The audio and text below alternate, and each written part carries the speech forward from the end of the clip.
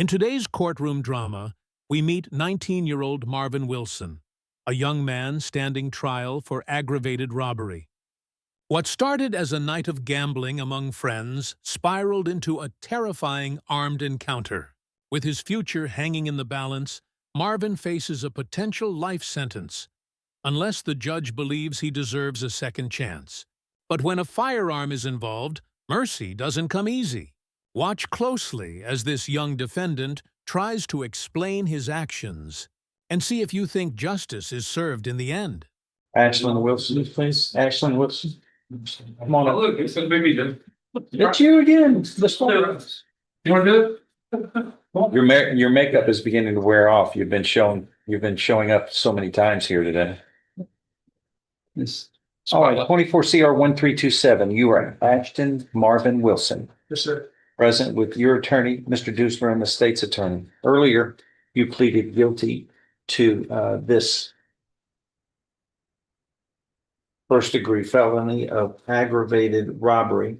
A pre-sentence report has been prepared. Have the parties had an opportunity to review it? And are there any corrections or changes to it? We have reviewed it, and there are no corrections. Not from the state, just.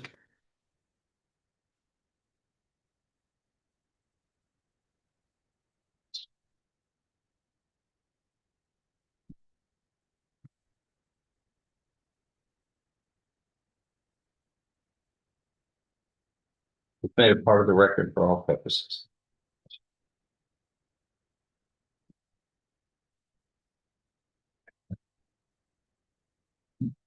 The agreement is whatever sentence shall not exceed a cap of 10 years in prison. So we would be looking at no less than 5, nor more than 10 years confinement in prison, or deferred or unadjudicated probation would be an option. Because a firearm was used in the commission of this offense, regular probation is not an option. Do you understand all of this? Yes, sir. Okay. Go ahead, Mr. Dusler, you may go on behalf of this defense. Your Honor, he's asking the court for deferred adjudication probation. This young man is 19 years of age. He has no felony criminal history, very little history of any kind. As the PSI correctly points out, he did not grow up with a very good social structure. His father has been incarcerated. His mother's had criminal trouble as well. But he's trying to keep his life in order. This was a very stupid thing that he did. We've talked about it. There was a dispute among a bunch of people that they had been gambling together. They had some problems. He wanted his money back, and pulling a gun on somebody and brandishing a firearm, it's not the thing to do. I think he recognizes that. He's been sitting in jail a good while now. The one positive thing on his behalf that I've talked with him about is he is still trying to complete school. He's in the 12th grade in high school, and he's further along than a whole lot of other people in his situation at this age.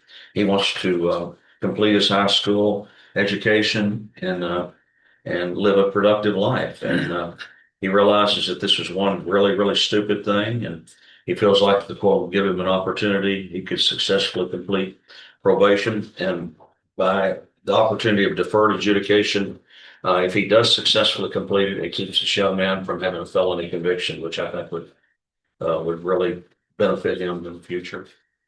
Have I pretty much said everything correctly? Yes, sir. Is there anything else that you want to add for the judge? Yes, sir. You said it pretty much. Okay. We're asking for deferred, Your Honor. Stay.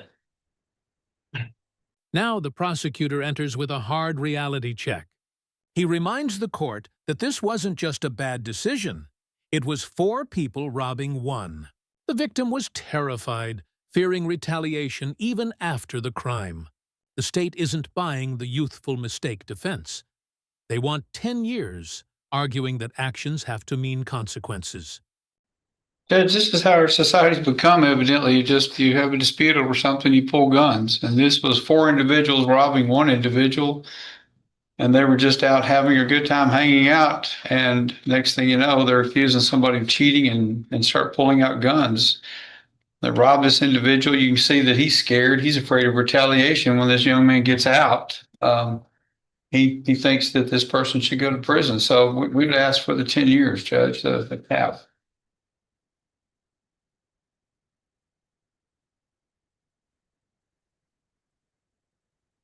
Mr. Wilson, what would you like to say?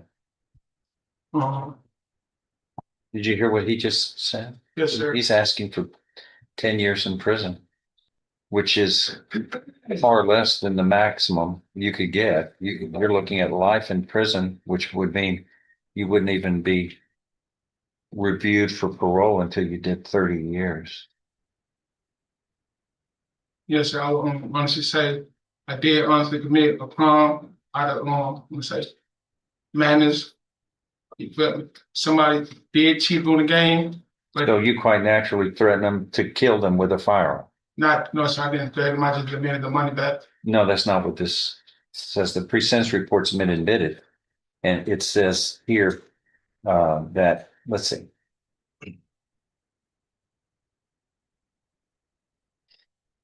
That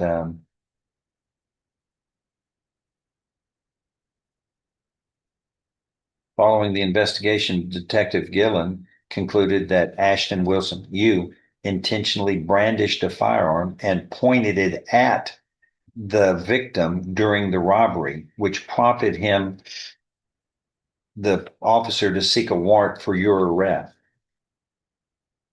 That's what this says, buddy. Yes, sir. On PSI thing when they asked me when the question asked me what happened, I said that I pulled the gun and demanded the money back, but no, not with intent to kill or harm him. I was upset about the game, about the gambling. Let me ask you this. Sir, If I pulled a gun right now and stuck it to your forehead, what do you think's about to happen? means What do you think's about to happen? I'm putting you in the position the victim was in. yes, sir. You had all the authority and power, which you're not supposed to have over somebody. That's not for you. Yes, sir. The supreme being is supposed to have that power, not you. And if I put a gun, what do you think? The next moment, you can very well die. What do you think he thought? Same thing. You're going to later say, well, I didn't intend to kill you. How does that take back the fear and what was going through their mind thinking, I'm about to end my life on this world as a living person is about to end, and I don't have control. Somebody else has control over my life, which isn't supposed to happen. That's not the way we're supposed to live, is it? No, sir. That's the way you did it. You assumed the power and authority. You can say, I didn't intend, but you think anybody believes that when they've got a gun to their head? No, sir. Yeah, that's going to make them feel better later. I mean, they'll wake up with nightmares their whole life. So what they tell me. Well, that would be reasonable. It doesn't matter what you intended, it's what you did. That speaks for itself. I bet you didn't say, I'm putting this gun to your head, but I'm not going to really pull it. I don't intend to do anything to you. I'm just doing this. You didn't do that. You made them think they were about to die. Can you understand how that's terrible? Yes, sir. You had all the power, and that's not the way it's supposed to be. That's not fair.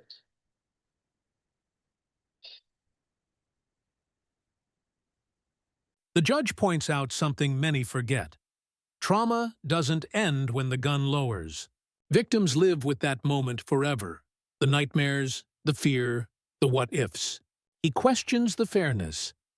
How someone can walk free in a decade while the victim's fear never leaves. It's a sobering reminder that sentencing isn't just about time. It's about the weight of what's been taken. Well, he's asking for 10 years in prison, which isn't unfair. I'll bet you the victim kind of feels like, what am I supposed to do? I got to live with this my whole life. And he just gets 10 years. And then he's released. I'm the one that suffers my whole life. Okay. That seems awfully unfair. You're not supposed to put people in a position. But when you take out a gun and you point it at them and threaten them and say, what was taken from him here? What was taken from him? Searched his pockets, stealing about $800 in cash, a cash app card, and other personal items. Judge Stephen, I wanted to say that actually no one took any money from him. But they did take someone did take some marijuana from him. I don't know what he actually told the detectives. I'm not aware of. I never seen the paper of the indictment, so I don't know actually what happened. What he told the detectives, as I can remember. How do you know? How do you know what was in his pockets? I don't. I think Well, then why are you saying there isn't any if you don't know? He said to the police that there were $800 in cash they took. How do you know that he's not telling the truth? Because after the robbery, no one had $800, sir. Well, yeah. Well, you were sitting there watching. Did you see them pull his stuff out of his pants? I did. Did you? I was watching him. No one went into his pants. Sir? I shot, yes, sir. I was watching him. No one went into his pockets. Well, where'd they get the marijuana from? He had a bag of marijuana. Where? He got it from the trunk, sir. From the trunk of the car. How did y'all get it? He handed it over, sir. Huh? He handed it over. At gunpoint? That was actually before gunpoint. He was actually selling. Wait. So what did you take from him at gunpoint? That's what I'm saying. They actually didn't take nothing from him because they had an officer doing a patrol. No, you had the gun to them. Yes, sir. Well, what did you get from him? That's what I said. I told the You just pulled a gun to somebody who didn't have anything to give? Sir, what I told the probation officer when she came to see me, that when I pulled the gun to mend the money back. I had a police officer doing a patrol. Wait. What money back? The money from the gambling. The money that I cheated out of. I demanded it back.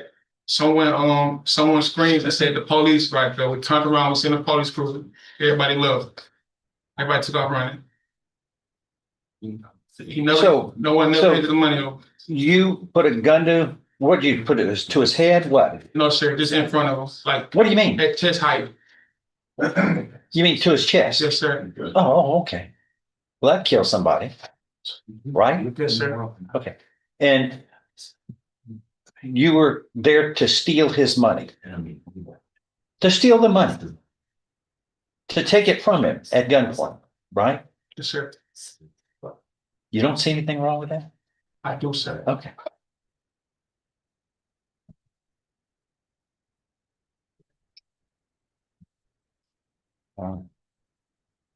Anything else? Nothing. Your criminal history, as it looks like you had an unlawfully carrying a weapon charge in Harris County, that was dismissed. Sir. And then it looks like you have an evading arrest or detention, a Class A misdemeanor pending over there, right? Yes, sir. Okay. Felonies, this is the only felony, correct? Yes, sir.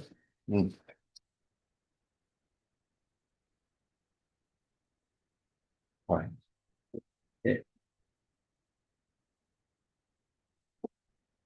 The judge's tone hardens again.